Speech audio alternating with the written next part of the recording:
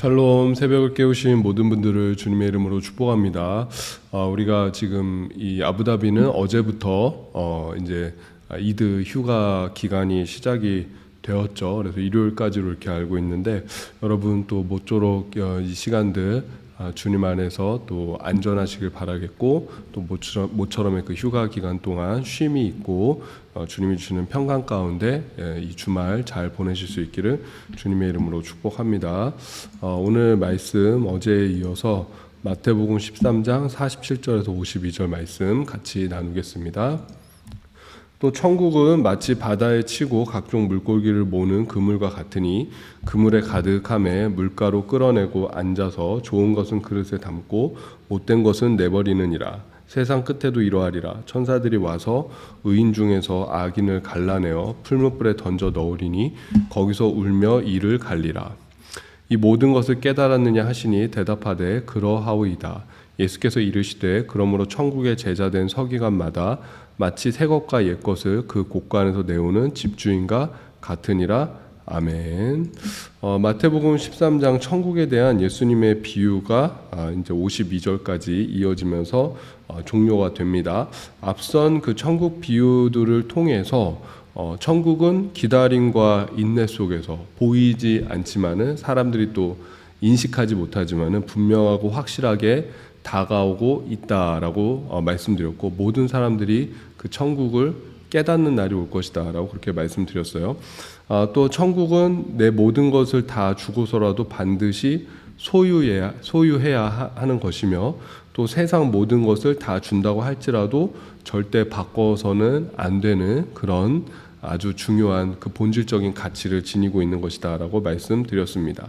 오늘 비유에서 예수님은 천국은 그 속가내는 물고기와 같다라고 그렇게 말씀하십니다. 어부가 그물을 치고 많은 물고기들을 잡습니다. 근데 그물을 끌어올렸을 때 거기에 물고기들이 많지 않겠습니까? 근데 모든 물고기가 다 상품성이 있는 것은 아니죠. 상품성이 있는 물고기, 내가 시장에 가서 팔 수 있는 물고기, 사람들이 선호하는 물고기, 또 뭐 상처가 있는 물고기가 있을 수도 있고, 여러 가지 잡어들, 또 새끼들, 또 보면은 맛이 없기 때문에 이거 뭐 팔 가치도 없는 그런 물고기들이 있을 텐데, 그런 것들은 다 버리게 되는 것이고 상품성이 있는 것만 이제 골라내게 되는 것이죠. 그 모습을 보면서 예수님께서는 마치 그물을 던지고 끌어올린 후에 그 안에 담겨져 있는 그 물고기들을 솎아내는 그런 어부와 같다라고 그렇게 말씀하십니다.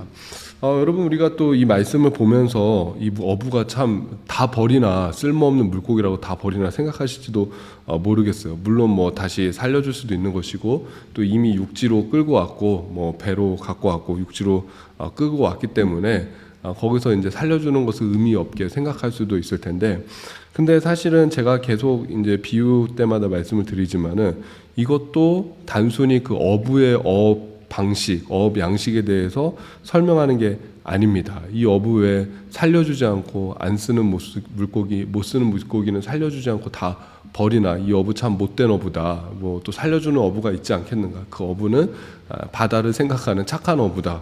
공생하고 그래도 상생할 줄 아는 어부다. 뭐 그렇게 평가할 수 있겠지만은, 사실은 또 이 말씀 자체도 이 어업 방식을 설명하는 게 아니죠. 누가 좋은 어부고 누가 나쁜 어부냐를 설명하는 게 아니라 천국의 원리를 지금 말씀하고 계시는 것이죠. 그래서 48절, 49절 보면은 예수님께서 비유를 말씀하시고 바로 해석해 주시는 것을 볼 수가 있죠. 그물에 가득함에 물가로 끌어내고 앉아서 좋은 것은 그릇에 담고 못된 것은 내버리느니라. 세상 끝에도 이러하리라. 천사들이 와서 의인 중에서 악인을 갈라내어 풀무불에 던져 넣으리니 거기서 울며 이를 갈리라.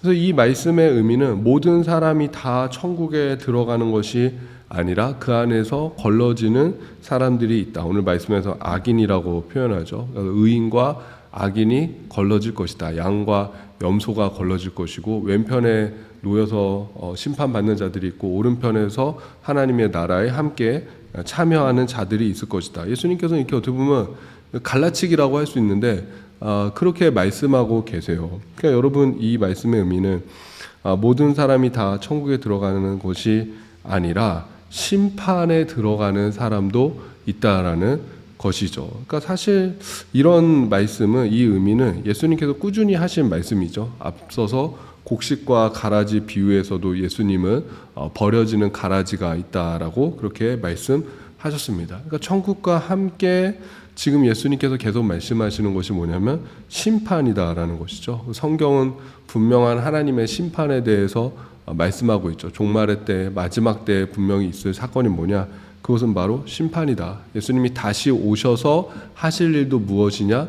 하나님의 백성들, 자녀들은 또 천국으로 인도하시겠지만은 또 이 세상을 심판하시는 그 역할을 또 재림하신 예수님께서 분명히 하실 것이다라고 성경은 말씀하고 있습니다. 그래서 여러분, 우리가 이 양면성을 다 봐야 돼요. 천국이라는 놀라운 하나님의 놀라운 축복과 은혜와 구원과 생명의 역사도 있지만은 또 죽음 이후에는 뭐도 있어요? 심판도 있다는 거죠. 심판과 영원한 형벌, 지옥도 분명히 있다라는 것입니다. 그렇기 때문에 어떻게 보면 성경을 우리에게 계속 이 말씀하고 계신 거죠. 너희들이 그 마지막 때에 구원을 얻고 하나님 나라에 들어가기 위해서는 바로 복음을 받아들여야 되고 예수님을 믿어야 된다. 그러니까 여러분, 우리가 그렇지 않습니까? 왜 기독교는 편협합니까? 기독교는 배타적입니까? 왜 맨날 흑백 논리입니까?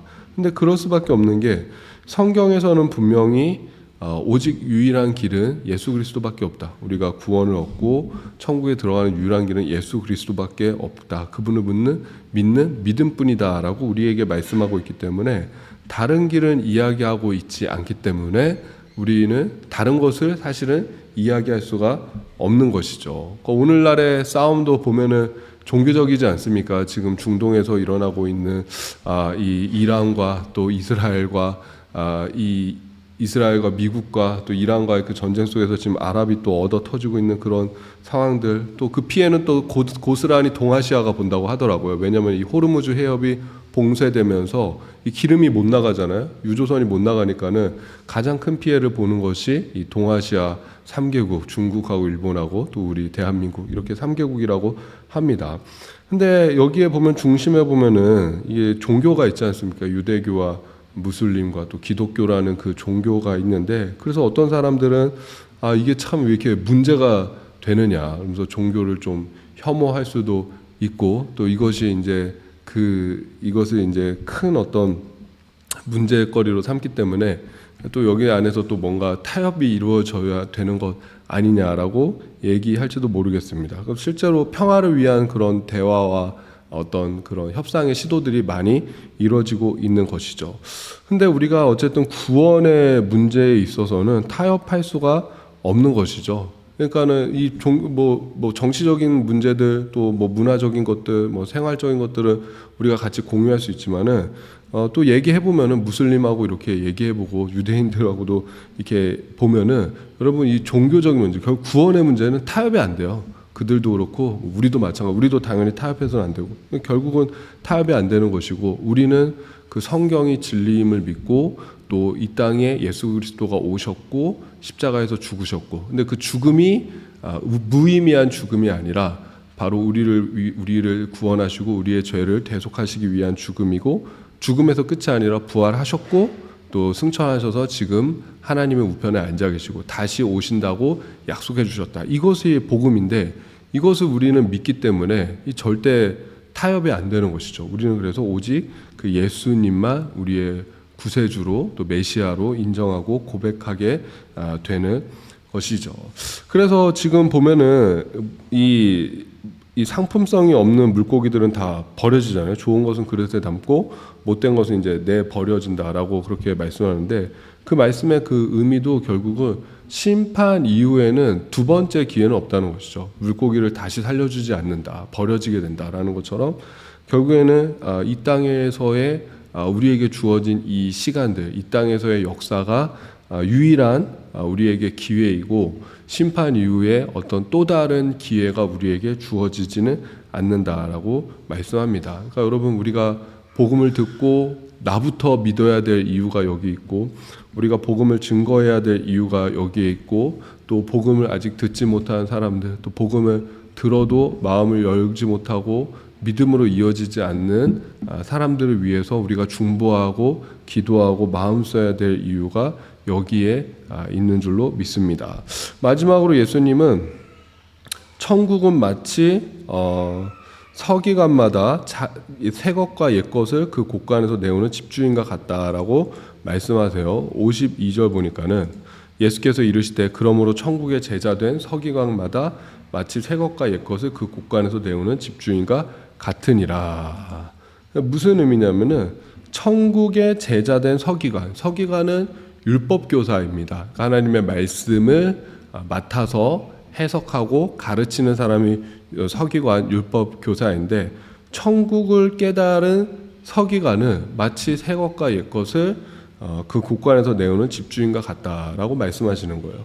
집주인이 새 것과 옛 것을 곳간에서 내온다라는 것은 곳간에 가보면은 새로 들어온 양식도 있고 또 이전부터 묵혀놨던 양식도 있지 않습니까? 그래서 어떤 것은 오래 묵혀놓을수록 뭐 좋은 것이 있을 수도 있고 또 어떤 것은 오래 묵혀놔도 뭐 전혀 상하지 않는 것이 있을 수도 있고 어떤 것은 또 바로 추수하고 또 바로 저장해놨다가 이것을 바로 이제 빠른 시일 내에 먹는 것이 좋은 그런 뭐 여러 가지 양식도 있고 뭐 곡식도 있고 그렇겠죠. 뭐 채소도 있을 수 있고 또 빵도 있을 수 있고 그렇겠죠.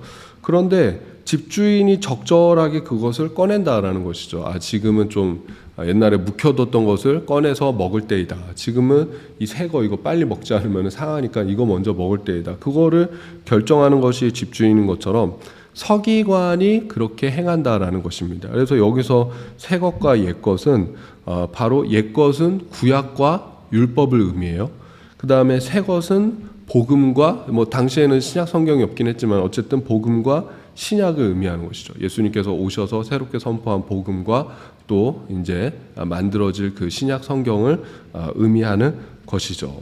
그러니까 집주인이 최적의 양식을 위해서 곳간에서 오래되었던 것과 새 것을 적절하게 그때마다 꺼내서 제공하고 베풀고 그것을 섭취하고 힘과 에너지를 얻듯이 천국을 깨닫고 가르치는 자들도 구약과 율법을 무조건 폐기하는 것이 아니다라는 것입니다. 여러분 이게 특별히 마태복음에서 나타나는 굉장히 중요한 그 모습 중 하나인데 예수님께서 구약을 폐기하러 오신 것이 아니다. 율법을 폐하러 오신 것이 아니라 율법을 완성하러 오셨다라고 말씀하시는 것처럼 옛날 것이 무조건 나쁜 것은 아니다. 옛날 것을 다 쓰레기통에 던져버리고 새 것을 지금 가르쳐 주시는 것이 아니라 옛날 것은 좋은 것은 그대로 두고 예수님께서 더 좋은 것을 우리에게 가르쳐 주시고 옛날 것에서 부족한 것을 예수님께서 완성해 주시고 완벽하게 채워 주시는 그 역할로 지금 이 땅에 오셨다라는 것이죠. 그러니까 구약과 율법도 우리가 천국에 들어가는 데 있어서 필요한 것이다. 그렇고 또 뭐 당연히 예수님께서 선포하신 복음과 예수님 자체가 사실은 복음이죠. 그 예수님의 복음과 예수님과 그 다음에 또 새롭게 이렇게 지어진 이 신약 성경, 하나님께서 새롭게 주신 그 하나님의 말씀 신약 성경도 사실 뭐 당연히 필요한 것이다. 그러니까 이 두 가지가 다 우리에게 필요하다라는 것이고 우리가 하나님의 나라를 가기 위해서는 또 천국을 위해서는 이 두 가지가 다 적절하게 그때마다 쓰임을 받아야 한다라는 것이죠. 사도 바울이 이야기하지 않습니까? 그 하나님의 말씀은 우리를 하여금 의로 교육하고 또 구원에 이르게 하고 하나님의 사람으로 온전하게 하는데 유익한 것이 바로 하나님의 말씀이다라고 하는데 그게 바로 성경이다라고 말씀하는데 이때 사도 바울이 말하는 성경은 구약 성경을 이야기하는 거잖아요. 왜냐하면 당시에는 또 신약 성경이 없기 때문에 그런 것처럼 구약 성경에서도 천국에 대해서 말씀하고 있고 우리를 구원에 이르는 지혜가 무엇인지 말씀하고 있고 뭐 신약 성경은 당연히 뭐 따질 것도 없이 그 지혜에 대해서 말씀하고 있습니다. 그래서 구약과 율법, 복음과 그 신약을 그때마다 우리는 적절하게 먹어야 되는 것이고 적절하게 그 말씀을 알아야 되는 것이고 깨달아야 되는 것이고 배워야 되는 것이고 그것들을 통해서 우리가 천국으로 더 깊이 들어가야 된다.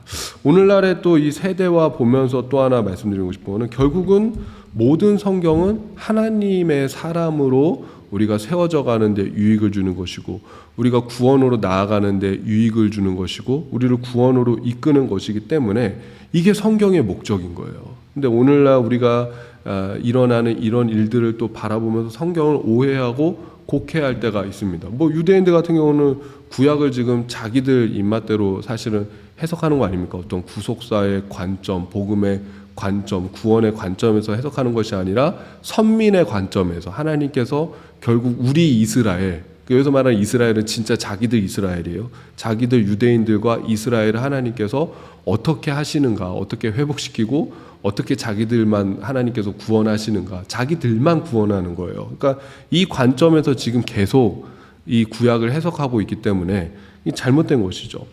또 오늘날에 일어나는 이런 모습들을 보면서 봐라, 성경에서 이렇게 말했다, 성경에서 저렇게 말했다, 그게 지금 이루어지고 있다. 물론 성경에서 말씀하는 것이 당연히 이루어지고 있지만은 성경의 말씀을 어떤 사건과 1대1로 이렇게 편향되게 해석하는 것은 굉장히 위험한 것입니다. 또 그것이 맞는다고 할지라도 결국은 목적은 뭐냐면은, 그러니까 지금 하나님의 말씀이 맞고 다 이루어지고 있으니까는 너희들 하나님을 더 잘 믿어라, 그거예요. 그러니까 요한계시록에서 결국은 얘기하는 게 뭡니까? 이기는 자가 되어라 라고 계속 얘기하고 있고, 곡과 마곡의 마지막 아마겟돈 전쟁 때에도 결국 성도들한테 주시는 거는 뭐냐면 너희들의 그 믿음을 인내하면서 끝까지 잘 견뎌내라는 것이죠. 그러니까 이런 사건들을 보면서 깨닫게 되면은 결국은 우리의 믿음을 지키고 우리가 하나님 앞에 더 가까이 나아가고, 지금 이 마지막 때가 점점 가속화되고 다가오고 있구나라는 것을 깨달았다면 오히려 더 예수 그리스도를 깊이 의지하는 것에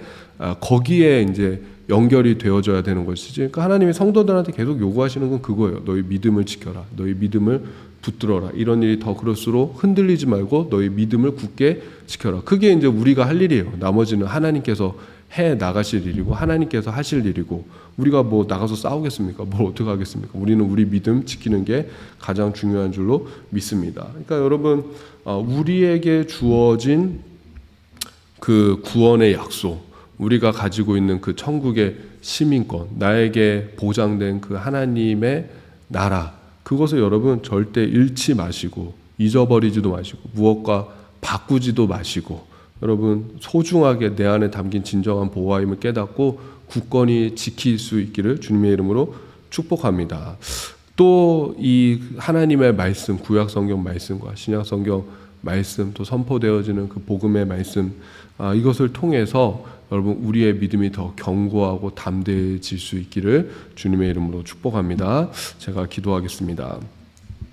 하나님 아버지, 주님께서 우리의 또 믿음을 더욱 담대하게 하시고 또 견고케 하시고 단단하게 하시고 하나님의 사람으로 온전케 하시기 위해서 구약 성경을 주셨고 또 율법도 주셨고 복음을 선포하셨고 또 신약 성경을 우리 가운데 허락하여 주셨습니다. 이 말씀 우리가 사랑하고 묵상하고 읽고 깨달아서 하나님 천국에 대한 믿음과 소망이 더 굳건해질 수 있도록 주님 우리를 축복하시고 인도하여 주시옵소서. 세상에 많은 일들, 역사들이 일어나고 있습니다. 이럴 때 더욱더 주님을 바라보고 의지하게 하여 주시옵고, 마지막 때에 가장 중요한 것, 내 믿음 지키는 건 줄로 믿습니다. 내 믿음 하나 분명하게 확실하게 지킬 수 있도록 주님 우리를 축복하시고 성령으로 우리를 도와주시옵소서. 감사드리며 예수님의 이름으로 기도드립니다.